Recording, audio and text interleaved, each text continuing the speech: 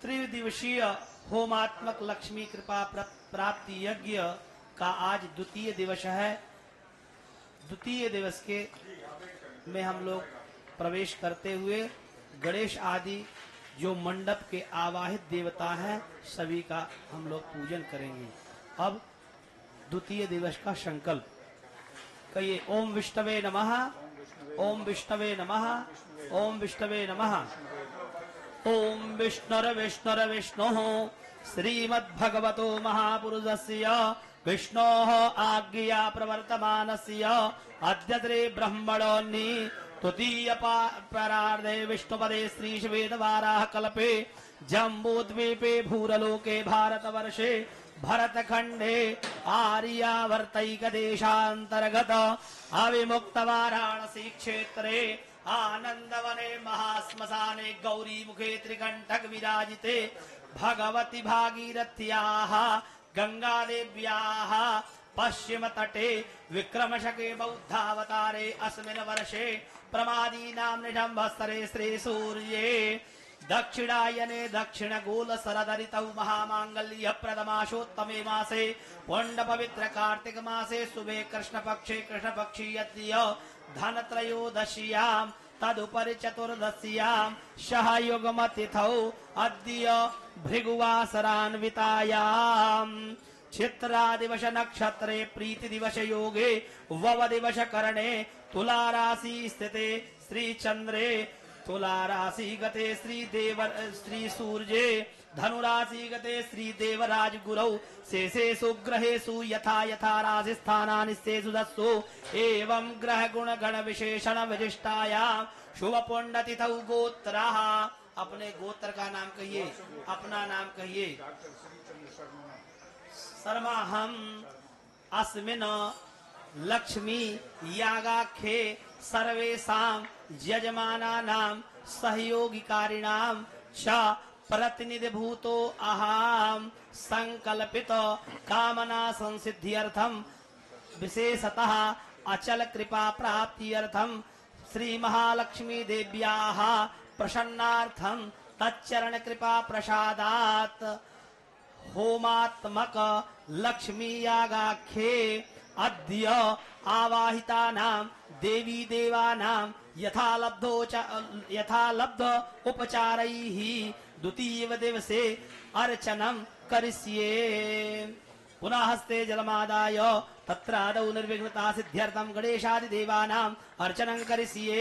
हरि ओम गणानान्त्वा गणपतिर्गो हवामहे प्रियाणान्त्वा प्रियपतिर्गो हवामहे निधीनान्त्वा निधिपतिर्गो हवामहे पशो मम प्रपदमात्वमजादिगर्भदम् अम्बे अम्बिकें बालिके नमानयति गच्छनादनतिर्वकः रुवद्रिकाम् श्री गणेशाम्बिकाभ्यां नमः।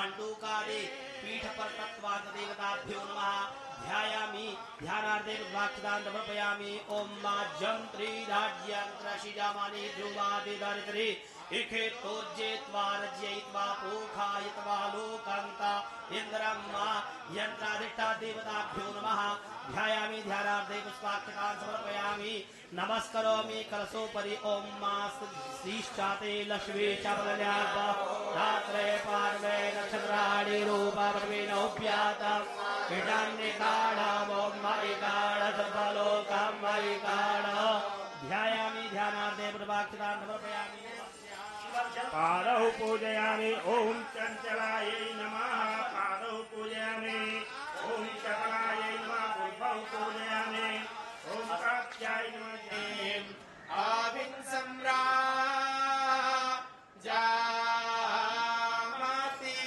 विन्द्यानानाम् आसन्नपात्राञ्जना यन्ता देवाः हौ हौ हौ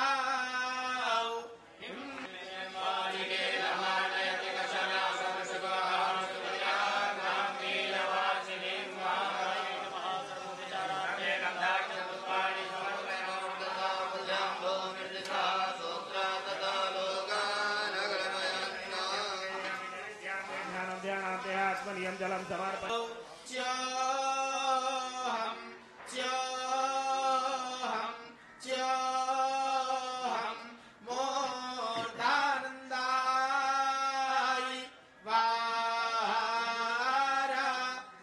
पृथिव्याः वैश्वानरां नेता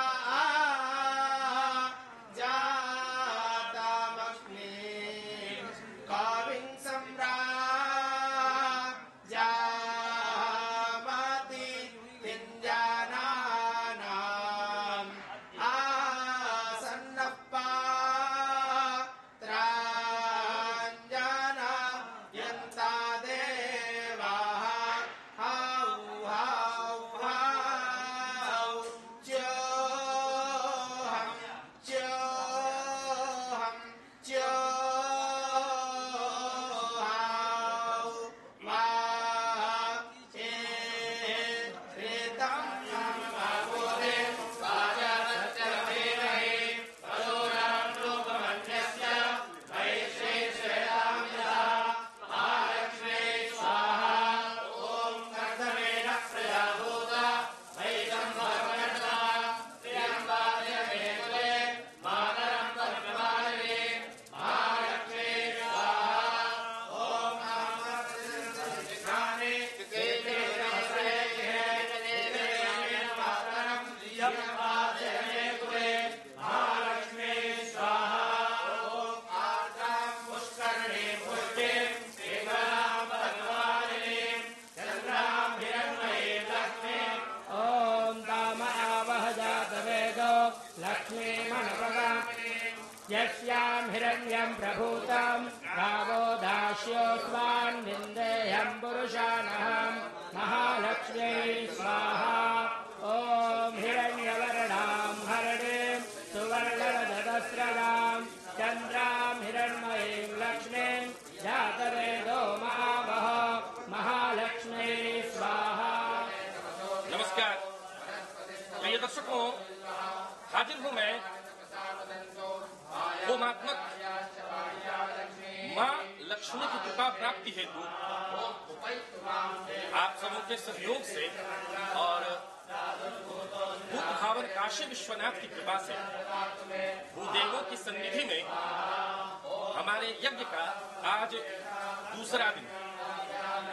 यज्ञ आप पीछे देख रहे हैं, विद्वज्जन लगे हुए हैं, मां लक्ष्मी की आराधना, उनसे प्रार्थना निरंतर कर रहे हैं। उनकी इस प्रार्थना से मां द्रवीभूत अवश्य होंगी।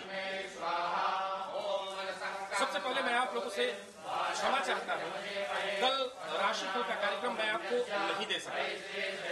सेहत बहुत ठीक नहीं थी, जिसके चलते मैंने राशिफल का वीडियो नहीं बनाया, लेकिन आज से आशा करता हूँ ये वीडियो जब आप देख रहे हैं उससे पूर्व आप राशिफल का वीडियो अवश्य देख लेंगे। चाहे सेहत में कितनी भी परेशानी क्यों ना आए, आज से सब कुछ अब एक नियत समय पर, निश्चित समय पर आज से प्रारंभ होगा। यहाँ मैं आपको बता दूं कि जितने भी लोग जुड़े हुए हैं इस यज्ञ से, जो ऑनलाइन हैं और जो लोग आए हुए लोगों की संख्या सीमित है, और जो ऑनलाइन लोग हैं उनके लिए ब्राह्मणगण बैठे हुए हैं और निरंतर हवन कुंड में आहुति डाल रहे हैं समंत्रक मंत्र के साथ। आज मैं कुछ ऐसे प्रश्नों को लेकर के भी आप सबके सम्मुख उपस्थित हुआ हूँ, जो प्रश्न आप में से ही कुछ दर्शक मुझसे पूछ रहे हैं।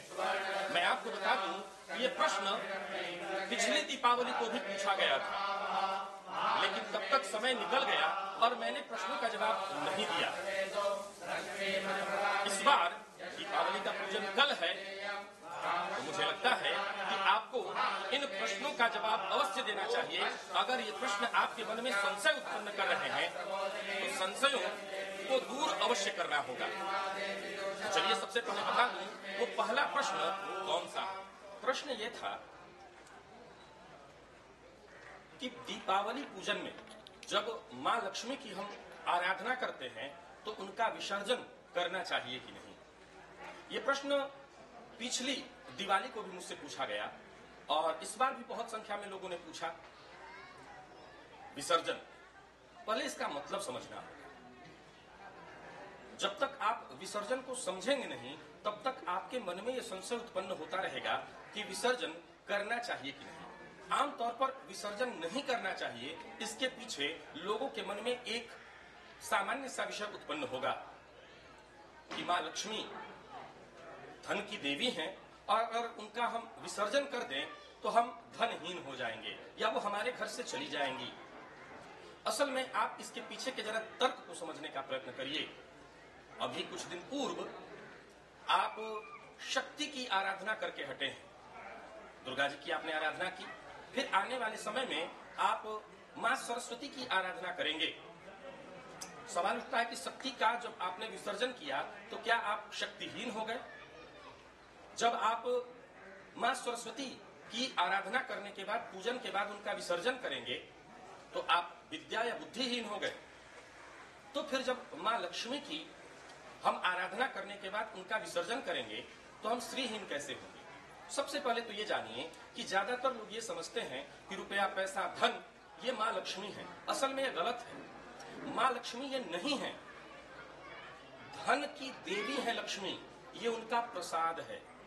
जैसे विद्या और बुद्धि, बुद्धिमान होना अर्थात तो व्यक्ति स्वयं सरस्वती नहीं बन गया, सरस्वती का कृपा पात्र बना, सरस्वती का प्रसाद है ये विद्या और बुद्धि होना। वैसे ही लक्ष्मीवान होना मां लक्ष्मी की कृपा, उनका प्रसाद है। अब बारी आती है विसर्जन। इसको समझिए। प्रायः आज से पूर्व लगभग 5 या 10 वर्ष पूर्व तक दीपावली के अवसर पर लोग मिट्टी की प्रतिमा लेकर के आते थे, लक्ष्मी और गणेश जी की, जो कि अब बहुतायत कम हो गया है। उसके जगह पर लोग प्रायः धातु की मूर्तियां अब अपने घर में रख रहे हैं। तो वहां पर क्या होता है था कि मूर्ति घर में लाए और 1 वर्ष तक उन्होंने उसका पूजन किया और ठीक दीपावली के दिन नई मूर्ति लाकर के स्थापित करते थे और पुरानी मूर्ति का विसर्जन करते थे। यहां विसर्जन शब्द को समझिए। अब 1 माह तक जहां पूजन करना है लक्ष्मी जी का, वहां विसर्जन का सवाल ही नहीं उठता, लेकिन पुरानी मूर्ति का विसर्जन करना होगा। इस यज्ञ मंडप में सप्तघृत मातृका के रूप में मां लक्ष्मी उपस्थित हैं। जब यज्ञ समाप्त होगा तो उनका विसर्जन हम करेंगे, क्योंकि जब उन्हें आवाहित किया है तो विसर्जन भी करना होगा। लेकिन यहीं पर एक और कॉन्सेप्ट है, उसे समझिए। किसका आवाहन और किसका विसर्जन? देवता न तो कहीं आते हैं और न कहीं जाते हैं, फिर ये आवाहन और विसर्जन का प्रचलन क्यों? असल में हमारे ऋषियों ने देखा कि मानवों का एक स्वभाव है, वो हर चीज को इमेजिन करता है, इमेज चित्र में देखता है और तभी उसे समझता है। जब हमने आपको कहा कि आप भगवान के बारे में, भगवान का ध्यान करिए, तो भगवान का कोई इमेज ही आपके मन में नहीं होगा तो आप ध्यान किसका करेंगे? निराकार ब्रह्म की बात जब आती है तो निराकार ब्रह्म वही है जिसका कोई चित्र नहीं। ये श्री राम में सब जग जानी वाली बात यहां पर आ जाती है। सारी सृष्टि ही परमात्मा का स्वरूप है और वो परमात्मा निराकार है, उसका कोई आकार नहीं। लेकिन आम मानवों के बस की बात नहीं है, आम मानवों के बस की बात नहीं है। अगर कबीरदास जी ये कह रहे हैं कि पाथर पूजे हरि मिले तो मैं पूजू पहाड़, तो इसके पीछे कारण क्या है? वो क्या गलत कह रहे हैं? नहीं, उन्होंने निराकार ब्रह्म को जान लिया, वो निराकार की बात कर रहे हैं। लेकिन हम निराकार को नहीं समझ पा रहे हैं। वहां पर हमें एक आकृति चाहिए, एक इमेजिन चाहिए, चेहरा चाहिए। तो उन्होंने कहा मूर्ति का पूजन करो। अब मूर्ति पूजन पे हमें विश्वास नहीं होगा क्योंकि मूर्ति तो बस पत्थर था, हमने रख लिया। तो कहा इसमें आवाहन करो, अर्थात मंत्र से तुम्हें आपको विश्वास हो जाए। अगर एक सामान्य सा कोई भी एक वस्तु ले लीजिए, प्रहलाद जी ने क्या कहा था? हम में, तुम में, खड़ग खंभ में, सब जग हरि है। जहां भी देखो हरि सर्वत्र व्याप्त है। तो यहां पर देखा जाए तो कॉन्सेप्ट इतना ही था कि उनको आवाहित किया, और जहां से आवाहित किया तो फिर विसर्जन की भी प्रक्रिया होनी चाहिए। जब बुलाया तो भेजने की प्रक्रिया होनी चाहिए। बस आवाहित किया तो भेजना होगा। तो जो 1 वर्ष तक रख करके पूजन करेंगे उन्हें विसर्जन की कोई आवश्यकता नहीं। लेकिन जब 1 वर्ष पूरा हुआ, पुरानी मूर्ति आप हटाना चाहते हैं, विसर्जन करना होगा। और आमतौर पर जैसे मैंने कहा, यहाँ इस यज्ञ मंडप में मां लक्ष्मी का आवाहन किया हुआ है, उन्हें हम विसर्जित करेंगे। इसका यह मतलब कतई नहीं होता कि लक्ष्मी जी के विसर्जन करने भर मात्र से हम श्रीहीन हो गए। एक और बात, अब इसको आम अपने ऊपर घटा करके देखिए। प्रायः लोगों के मन में ये बात आ जाती है, लक्ष्मीपति होना। मैं सदैव कहा करता हूं, लक्ष्मी के पुत्र आप हो सकते हैं, लक्ष्मीपति सिर्फ एक है, नारायण। आप लक्ष्मीपति कभी नहीं बन सकते। आप लक्ष्मी के पुत्र बन सकते हैं, बनिए। अब लक्ष्मी जी बेटी मान लीजिए, मां मान लीजिए। बेटी अपने मायके को छोड़ करके अपने घर आए, यानी मां दुर्गा ससुराल को छोड़कर मायके आए पिता के घर में। अब वो जब जाने लगे 3 दिन रहने के बाद, 4 दिन रहने के बाद, तो पिता ने कहा, बेटी मुझे तुमसे बहुत प्रेम है, तुम अभी मत जाओ। बेटी की इच्छा होगी भी जाने की तो कहेगी, ऐसी क्या बात है पिताजी, मैं रुक जाती हूँ। 2 दिन और रुक जाएगी, 2 दिन, तीसरे दिन फिर कहेगी मैं जाना चाहती हूँ। अब अगर पिता ने कहा कि नहीं मैं तुमसे बहुत प्रेम करता हूँ, तुम रुक जाओ, तो जानते हैं बेटी क्या कहेगी? पिताजी मैं निसंदेह आप सबों से बहुत प्रेम करती हूँ, दिन भर आपके बारे में सोचती हूँ, लेकिन वहां मेरा एक और प्रेम, मेरा परिवार है, मुझे वहां जाना होगा। जाहिर सी बात है, स्त्रियां जब भी, लड़कियां जब भी मेरे पास फोन करती हैं तो सबसे पहले अगर अपने परिवार के बारे में पूछा तो हर स्त्रियों में मैंने यही देखा, लड़कियों में यही देखा कि मेरे पिता की स्थिति ठीक नहीं है, मां ठीक नहीं, वो पूछ ही लेती है। अब आपने फिर भी कहा कि नहीं तुम रुक जाओ, मत जाओ। ये बताने की आवश्यकता नहीं है कि उस घर में जाकर के देखिए जिस घर में लड़की विवाहित होने के बाद मायके में है, तांडव मचा होगा उस घर में। तांडव, फिर शुगर बढ़ना आपका और इंसुलिन लेना वहीं पर शुरू हो जाता है। इसका मतलब क्या हुआ? यद पिंडे तत् ब्रह्मांडे। मां लक्ष्मी वैसी ही देवी है, बेटी बुलाया हुआ है पूजन के लिए। उनका प्रेम मिल गया प्रसाद स्वरूप, उनका धन जो है प्रसाद है। अब इसके बाद उन्हें भेजना होगा कहां? नारायण के पास। लक्ष्मी सर्वदा नारायण के साथ ही होंगी। उनका 2 स्वरूप है, उलूक वाहिनी और गरुण वाहिनी। गरुण वाहिनी लक्ष्मी जब आपके पास आती हैं, दिन दुना रात चौगुना आप बढ़ते भी हैं और आपकी पीढ़ी दर पीढ़ी उस धन का भोग आपके परिवार के लोग करते हैं। लेकिन जब वही उल्लू वाहिनी, ये लक्ष्मी कौन है? ये अकेले आती है और जब आती हैं तो उल्लू की तरह रात भर आपको जगा के जाती है। तो बेटी को बुलाया तो उसे भेजना हो। तो विसर्जन शब्द का जो अर्थ आपने समझा होगा कि विसर्जन का अर्थ वो कहीं चले गए, कहां जाएंगे? देवता न तो कहीं आते हैं न कहीं जाते हैं। ये तो एक विषय है कि उनको कहीं ना कहीं हमने स्थापित कर दिया। स्थापित करके उस पिंड में हम उनकी पूजा कर रहे हैं। तो जिस पिंड में बुलाया है उस पिंड में जाने की प्रक्रिया हम करते हैं, न कि कहीं विसर्जन का अर्थ कुछ और होता है। दोनों ही बातें आपके साथ हैं। अगर 1 वर्ष पुरानी मूर्ति है और आप विसर्जन करना चाहते हैं, बड़े प्रेम से विसर्जन करिए। और मूर्ति अगर नहीं है तो विसर्जन का सवाल ही नहीं उठता। 1 वर्ष तक आमतौर पर लोग अपने घरों में रख करके पूजन करते हैं, और कोई धातु की मूर्ति है तो विसर्जन का सवाल ही नहीं। तो विसर्जन को लेकर के अगर आपके मन में कोई संशय था, आशा करता हूं दूर हो गया होगा। देवता चाहे कोई भी हो, विसर्जन उनका होगा अगर आपने आवाहन किया। प्रिय दर्शकों, यज्ञ जारी है उसी तरह से निरंतर। कल मैं पुनः आप सबके सम्मुख एक बार और उपस्थित होऊंगा जब इस यज्ञ की पूर्णाहुति होगी। सभी देवताओं का विधिवत पूजन और इसके बाद हवन की प्रक्रिया पूरी करने के बाद पूर्णाहुति जब होगी, उस समय का भी दर्शन मैं आपके साथ ही करने वाला हूं। तो आज के लिए बस इतना ही, और पुनः बता दूं, आज दोनों जो मेरे कार्यक्रम हैं आपको देखने को मिलेंगे। इजाजत दीजिए, नमस्कार।